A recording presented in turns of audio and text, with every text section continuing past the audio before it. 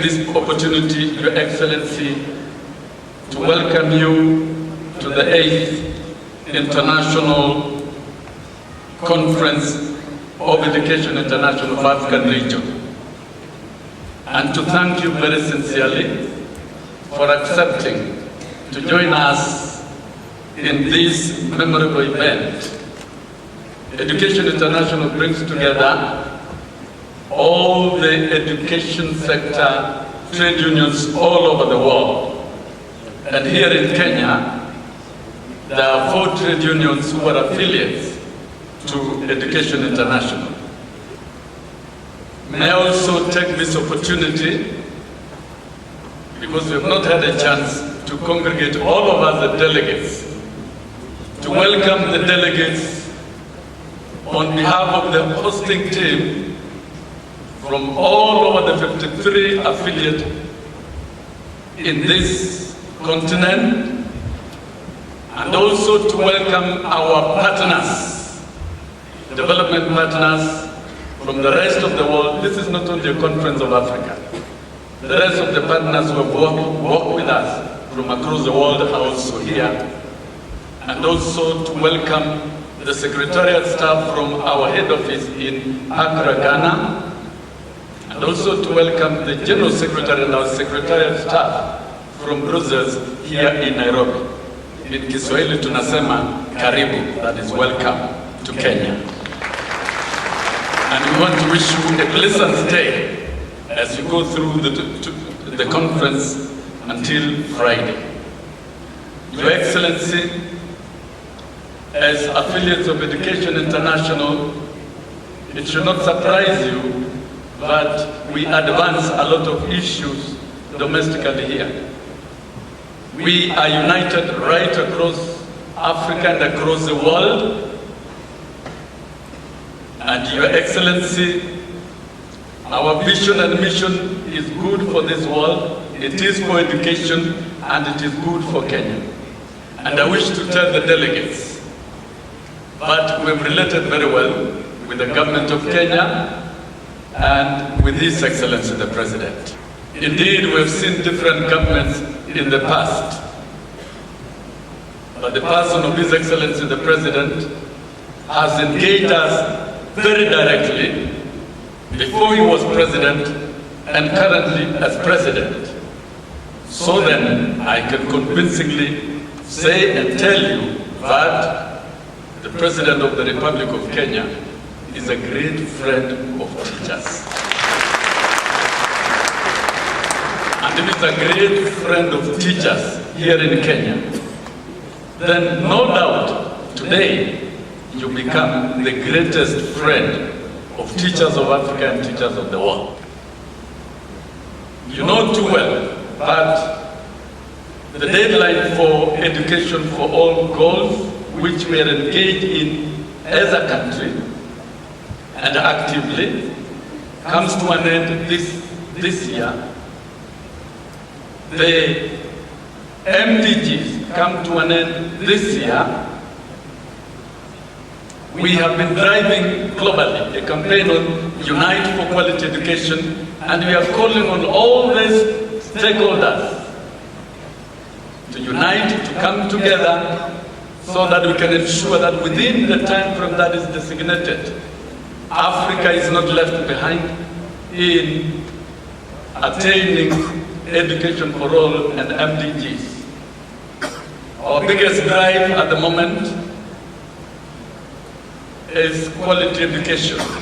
That is why the theme for this conference is quality education, opportunities and prospects for Africa. And those are the issues we'll be reflecting on in this conference. And therefore we shall not be left behind as a country. Even after the conference, we will continue advancing the campaign and agenda for quality education. And we don't doubt you.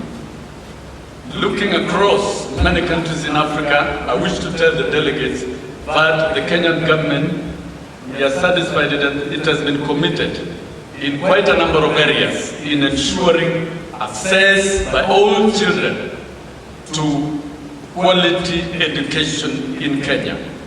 That explains why there is free education in the Republic of Kenya for primary and free secondary education. We still appeal that beyond 2015, and as the global community begin thinking about and working on the next phase of sustainable development, we want to identify the 3 key areas that we know will assist us to achieve quality education. 3 variables. We cannot talk about quality education without enough quality trained teachers. Enough quality trained teachers. And not just enough teachers earning fair remuneration. The number 2, quality teaching and learning tools. It's a key agenda. Teachers cannot deliver quality teaching or cannot teach effectively unless they are granted access to quality teaching and learning tools. And lastly, quality learning environment. Those 3 variables, and it behoves upon the respective governments to avail sufficient funding to facilitate this. And I'm sure Your Excellency, since you've had a chance to join us, if we can reason out very well here in Kenya, in as much as we've done well, there's a lot still that needs to be done, then I'm sure the entire governments in Africa will visit Kenya to benchmark and see the good things that shall have been done here. Because it is not a choice. Every child in the world, and fundamentally through the UN resolution, have a right to access not only to education, but quality education. It is not mine to give a speech. My business was only to give welcoming remarks. May I now invite the President of EI Africa, Sister Zipi Yulali, who will make her remarks. Thereafter, invite the General Secretary. Honorable Uhuru Kenyatta, Président de la République du Kenya.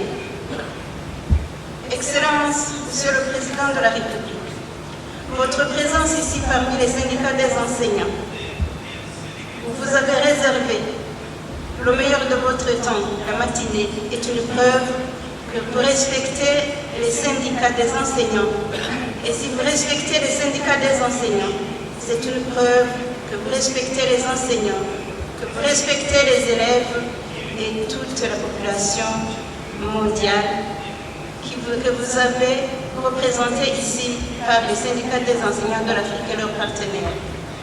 Et c'est une preuve que les engagements que vous prenez en faveur de l'éducation au niveau national et international sont de vrais engagements dignes et capables d'être mis en application. Excellence, nous prenons cette opportunité pour présenter notre reconnaissance à la nation kenyane pour tous les efforts fournis par tous les services, à partir de votre cabinet jusqu'à l'aéroport pour faciliter la tenue de cette conférence. Nous vous remercions et nous transmettons également ces remerciements aux syndicats partenaires qui ont participé à cette organisation. Nous voudrions également étendre cet accueil aux organisations partenaires, les organisations syndicales et les organisations coopérantes pour leur présence ici. C'est une preuve qu'ils sont prêts, comme hier, à nous accompagner dans l'accomplissement de notre agenda pour la réussite des objectifs de l'éducation universelle de qualité, mais aussi les objectifs de respect des droits des enseignants. Nous vous remercions et nous vous souhaitons la bienvenue parmi nous. This conference, colleagues, is held at a time when the African continent has been confronted with a number of challenges, man-made and natural challenges.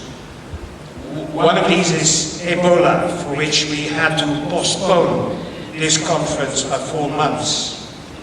Ebola tragically resulting in the loss of far too many valuable human lives.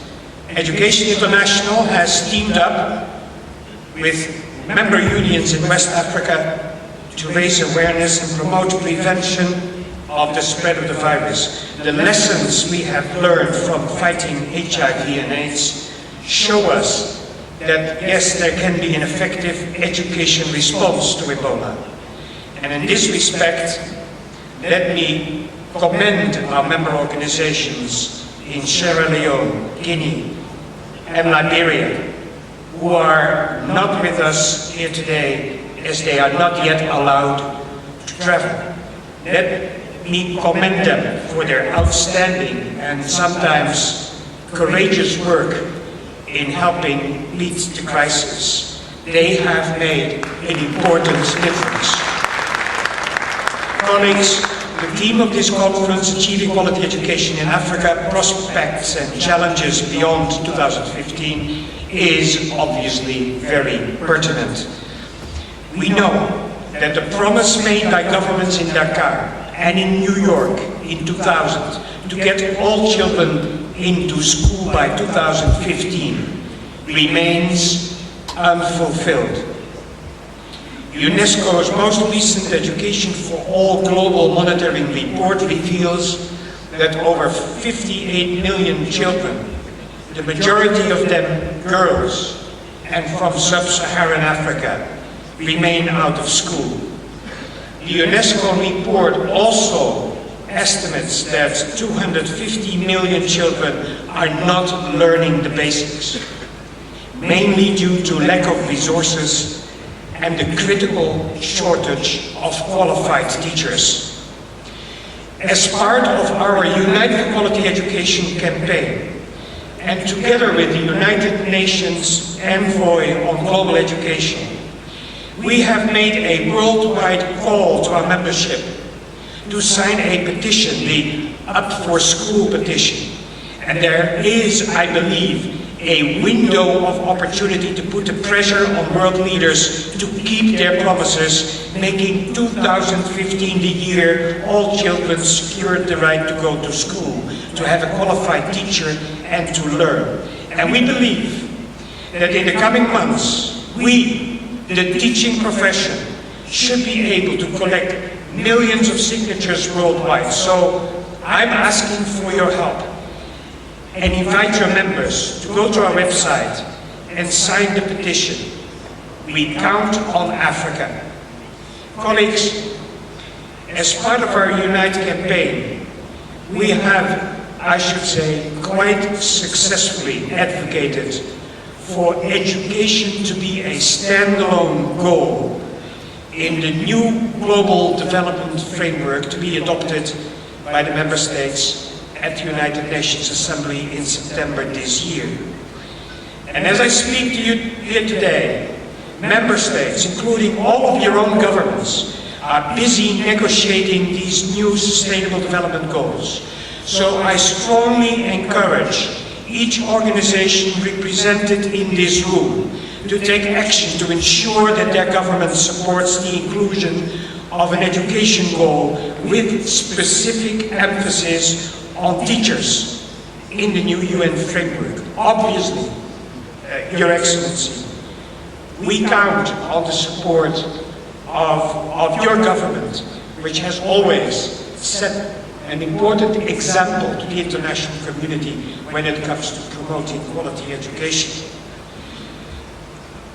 What member states agree in New York this September will determine national education policies as well as donor priorities for the next 15 years. So we cannot leave things to chance. Each of us must act, and we must act now. We need to intensify advocacy at all levels, globally, regionally, and locally. That is why we are organizing strategy development workshops linked to UNESCO Education for All regional meetings, including the one coming up in Kigali next week, in which some of you will be participating. Colleagues, it has already been said, there is no quality education without quality teaching. And there is no quality teaching without highly motivated, well-trained and well-paid teachers. But in Africa and in many other parts of the world, teachers are increasingly working on limited contracts, their workload is increasing, their professional space is shrinking, their autonomy is challenged, their access to professional development is limited, they earn salaries often below the average wage, and in some countries they even lack the qualifications, the skills, the support, and the learning materials to teach and to teach well. We call this deprofessionalization. We have been surveying teachers in 123 countries about their working conditions, and let me very briefly share what they have said. Almost 60% feel that they are not consulted on measures taken by the public authorities to reform education. And if they do, their views are completely ignored. 68% feel that their workload continues to increase. 50% says their pay is just enough to cover their basic needs, while 20% says they need to have a second job to make ends meet. And finally, 45% wants to leave the profession. Colleagues, if national governments are serious about improving education, then they need to start listening to the teachers. Teachers know what students need to succeed. They have the experience and professional competence to contribute to education policy development and to decisions about the curriculum and teaching methodologies. Listening to teachers means listening to the classroom teacher, listening to the lecturer at their workplaces, but it also means listening to their representatives, to the education unions, at all levels where education policy is being developed. In too many countries, even in countries where collective bargaining rights are fully applied, a meaningful dialogue on our professional challenges does not exist. Quality education is not only a matter of quality teaching. Educators must have quality tools to ensure effective teaching and learning and work in safe and healthy environments. The issue of safety and security for education workers remains a serious concern. Who could have thought, when we last met in Brazzaville 4 years ago, that schools would become a target in warfare and in organized violence? In this respect, let me thank you for standing with our colleagues in Palestine who have suffered under missile attacks by Israel last summer. And let me also thank you for standing by our colleagues in other parts of the Middle East, where school systems are collapsing. And let me thank you for standing by our colleagues from the National Union of Teachers in Nigeria, where as we speak, extremist groups try to stop teachers from teaching and students from learning.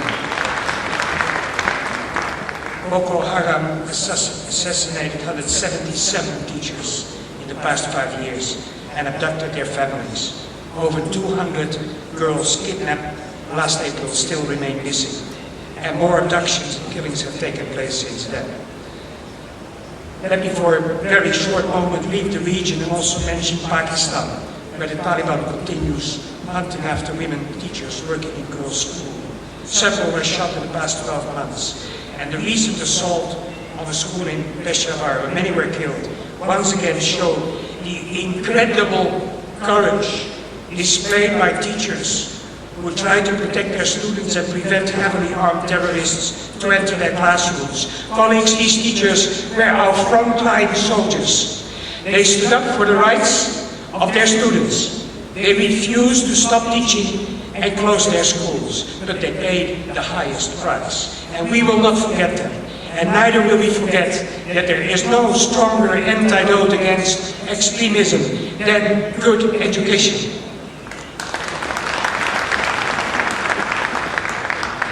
Our demand for quality teaching, for quality tools, and for safe, secure, and healthy school environments, and our belief in equity, and our vision of publicly funded education is grounded in the understanding that education is a public good and a human right. Last autumn, the African Development Bank called for massive private sector involvement in primary education. The World Bank too is encouraging private sector to step up its activities in our sector.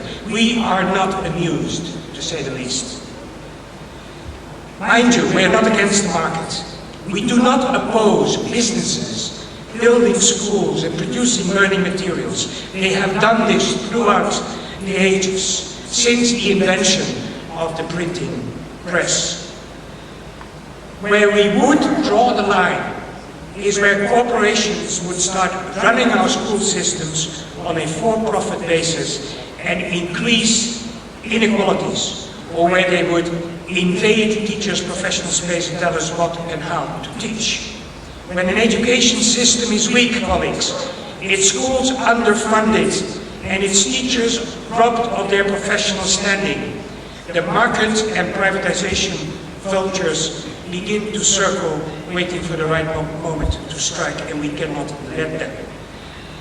As the Unite for Quality Education campaign enters its next phase, we will be launching a global response to this troublesome development. The public school systems of the industrial economies are the most successful enterprise in the history of these countries, and Africa should not be prevented from building their own quality public school systems. And I am happy that Kenya again is giving such an important example to the rest of Africa and the rest of the world. Colleagues, we must be self-confident, we must mobilize, we must organize. People power works. Big numbers of people cannot be ignored. Our Unite for Quality Education campaign has already demonstrated this. We can and we will continue to make a difference for our members and for our learners through our programs and through our strategic advocacy, through pressure on our governments, on the United Nations, on the African Union and other intergovernmental agencies to safeguard our rights and to ensure equity in education for all, from early childhood education right through the tertiary level. We can do it. Thank you very much. His Excellency Uhuru Muigai Kenyatta,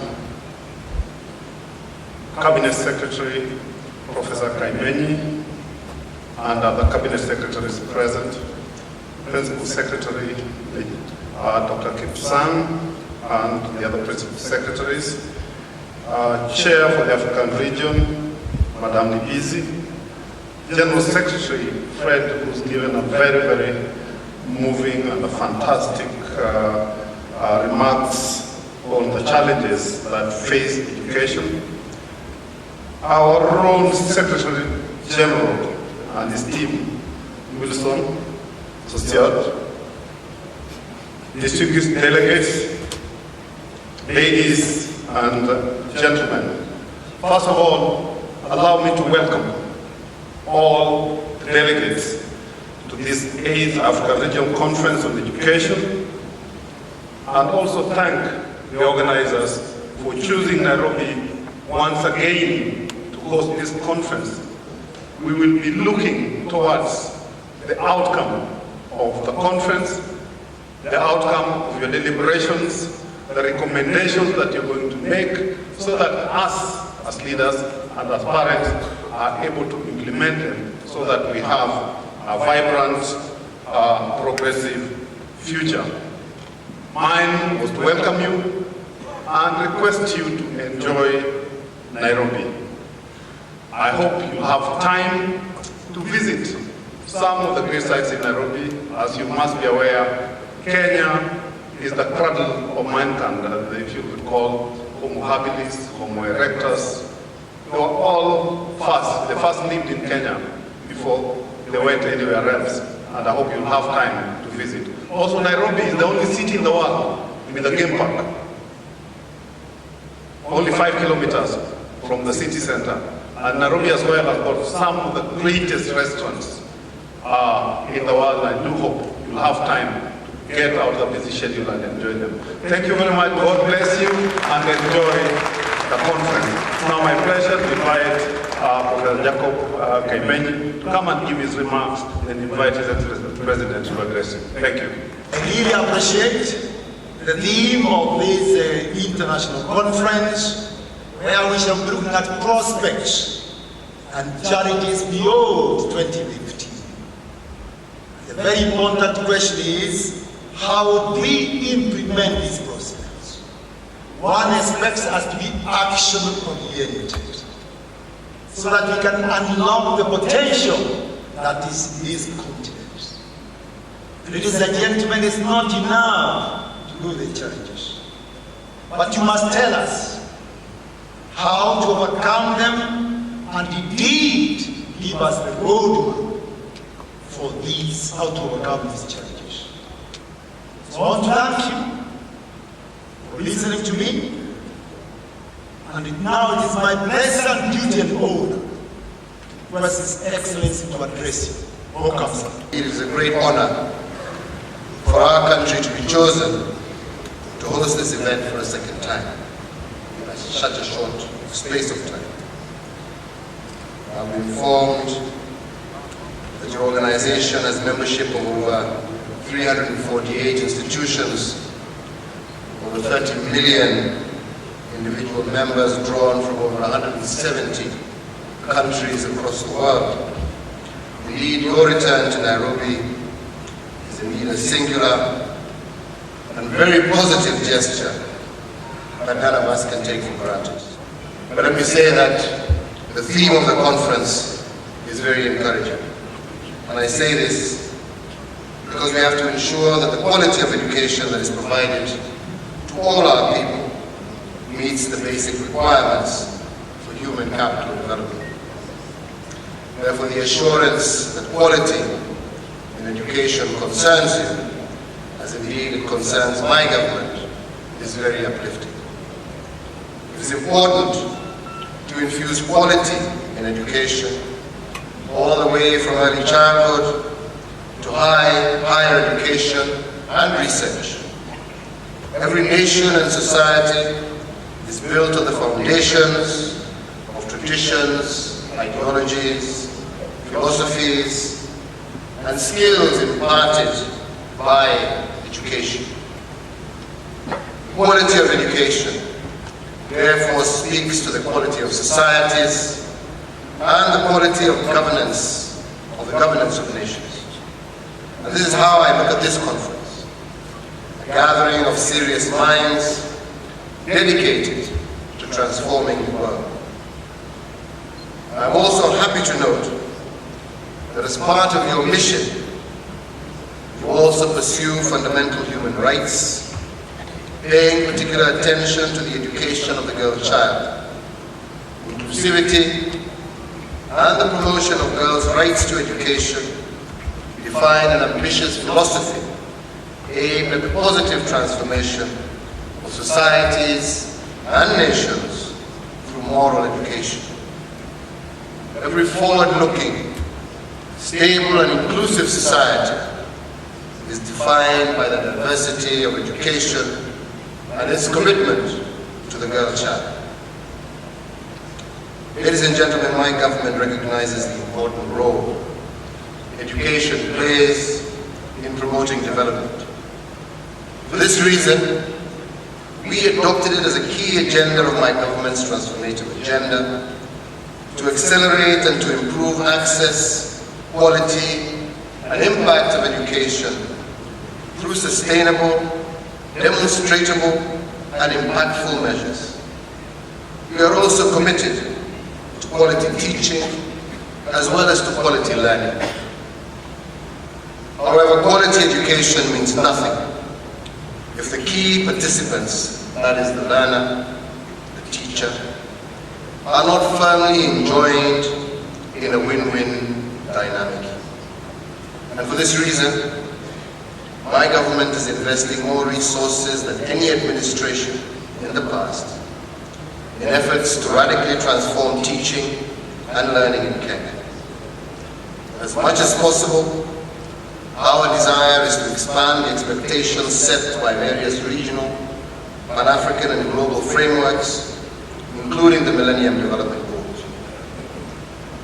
Let us underscore that our ambition to become a globally competitive and prosperous nation is accompanied by a commitment to maintain Kenya as the hub of education in Africa and the world, with an emphasis on science and technology. And our emphasis is premised on the understanding that integration and globalization are essentially technology-driven.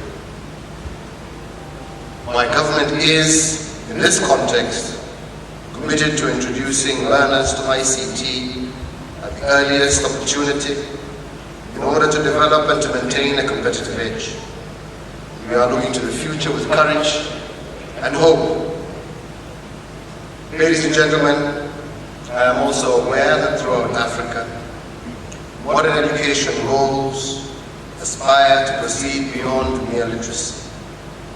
Contemporary Africa is home to an unprecedented rise in prosperity and social improvement. It is also home to the world's youngest population. The destiny of our youth rests in the skills and the values education imparts on them. This is why there is a solid-wide Africa consensus that education must remain largely a public good. Ladies and gentlemen, in conclusion, I wish you and urge you to sustain your commitment to improving the quality of education. Education is the foundation of justice, equality, peace, and prosperity. I therefore encourage you to conduct your deliberations guided by this principle. I want to conclude by saying that I agree with your Secretary General, Mr. Van der Leeuwen, that indeed, even as we come to the end of, and we start now, the post-2015 agenda, we must ensure that our goal and our objective of education for all is met. And I agree that as a continent, we should not be left behind. And I want to assure you that as a country, Kenya will definitely not be left behind. With these few remarks, it is now my pleasure to declare the 8th African Regional Conference on Education International officially open, and to wish you God's blessings in your discussions. Thank you very much.